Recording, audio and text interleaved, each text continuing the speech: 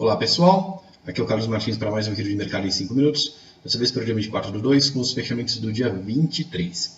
Ibovespa que tinha cravado aí os 43.100 pontos, né, a resistência no último pregão, hoje devolveu um pouquinho, 1,7%, ele subiu ontem 4%, né, devolveu menos da metade, hoje 1,7%, mas fez a correção e segurou embaixo da resistência.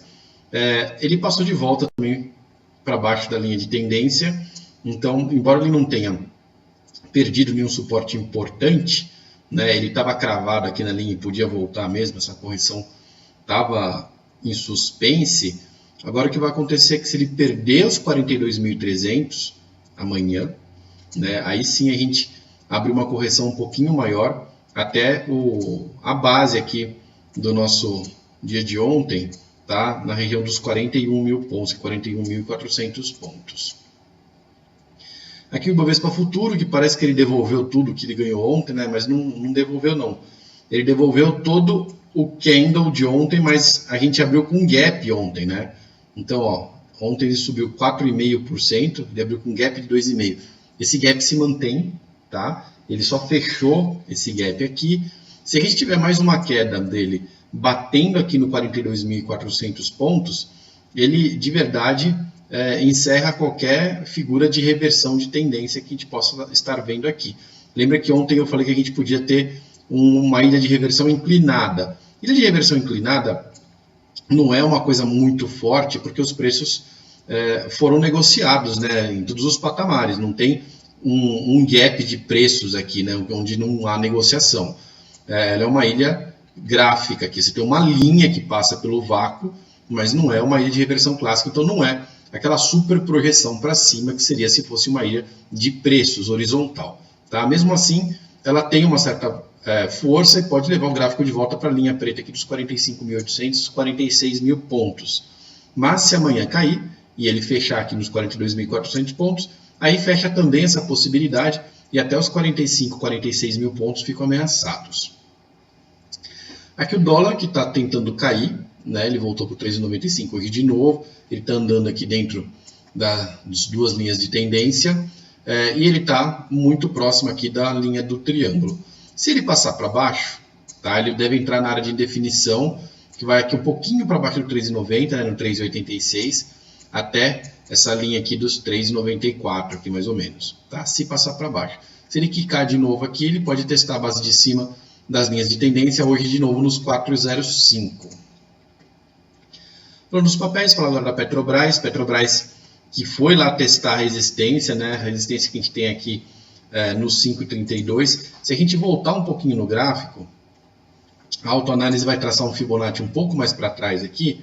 E aí a gente tem o 5,28 como um ponto de força muito nítido aqui, que foi exatamente onde bateu hoje. Tá? E uma outra linha de tendência que está passando exatamente aqui onde o gráfico não está conseguindo romper, digamos assim. Né? Se a gente vê o gráfico um pouco mais recente, daí a gente tem uma outra linha de tendência também passando no mesmo patamar, uma linha horizontal também nesse patamar aqui, e uma linha de tendência daí mais para baixo aqui, levando os preços mais para o pessimismo.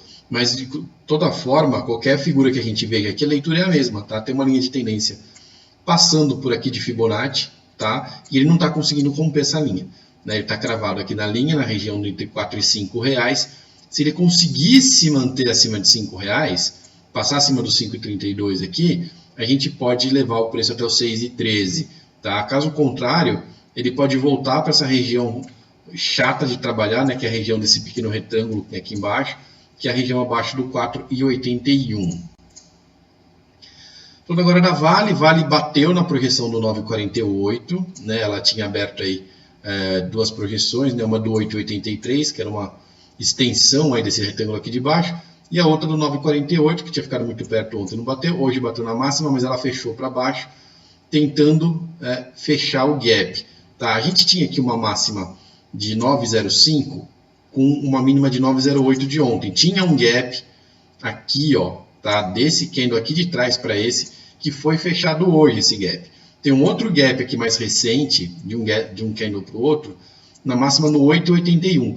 Esse não foi fechado, porque a mínima foi 8,94. tá? Não descarta a possibilidade da Vale bater no 8,81 antes de se livrar aqui para fazer algum outro movimento.